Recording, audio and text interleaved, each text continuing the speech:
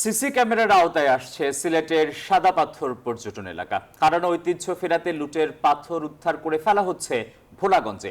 নতুন জেলা প্রশাসক সারওয়ার আলমকে সাথে নিয়ে পরিদর্শনে এসে এসব কথা জানান জনপ্রশাসন সচিব।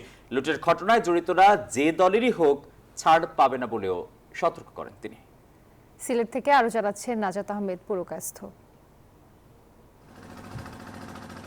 সিলেটে সাদা পাথরে লুটের ঘটনায় কয়েকদিন ধরেই গোটা দেশে তোলপাড়। প্রশাসনের টানা অভিযানে একের পর এক বেরিয়ে আসছে লুটারদের রাজনৈতিক পরিচয়। শুক্রবার সকালে নতুন জেলা প্রশাসক সারওয়ার আলমকে সাথে নিয়ে ওই এলাকায় পরিদর্শনে আসেন জনপ্রশাসন সচিব মোখলেসুর রহমান। এ সময় তার সাথে ছিলেন জ্বালানি ও খনিজ সম্পদ সচিব মোহাম্মদ সাইফুল ইসলাম। জনপ্রশাসন সচিব বলেন, সিলেটে সাদা পাথর লুট হয়নি, হয়েছে হরিলুট। আমরা পেপার পত্রিকায় দেখছি যে লুট হয়েছে, তো আমার মনে হয় আমি আজকে এসে দেখে যেটা মনে হচ্ছে ইটস মোর দ্যান লুট, এটা হরিলুট। টুরিস্ট পুলিশের একটা ক্যাম্প এখানে আমরা করার চিন্তা করতেছি।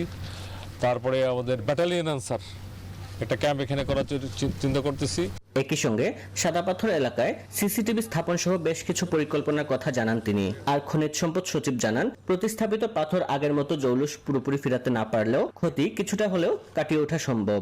প্রাকৃতিকভাবে যেটা আসলে এখানে সাজানো হয় সেটা তো আসলে মানুষের পক্ষে সম্ভব না, তাই আমরা যতটুকু চেষ্টা করছি যে এই পাথরগুলিকে কিছু ফিরিয়ে এনে ওর সৌন্দর্য কিছু রাখা যায় কিনা।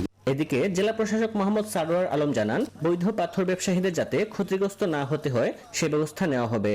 যারা বৈধভাবে এই এলাকায় পাথরের ব্যবসা করেন, নিয়ে আসেন, ইম্পোর্ট করে নিয়ে আসেন বা ইয়ে করছেন, তাহলে কোনো ক্ষতিগ্রস্ত না হয় সেটা করবে, মানে ব্যবসাও করবে কিন্তু সেটা বৈধ হতে হবে। গত বছরের 5 আগস্ট সরকার পতনের পর থেকেই সাদা পাথর এলাকার নির্বিচারে পাথর উত্তোলন শুরু হয়। এতে পর্যটন স্পট ও রেলওয়ে বাংকার এলাকার পরিবেশ ও প্রাকৃতিক সৌন্দর্য মারাত্মকভাবে ক্ষতিগ্রস্ত হয়। নাজাত আহমদ পুরকায়স্থ, নিউজ 24, সিলেট।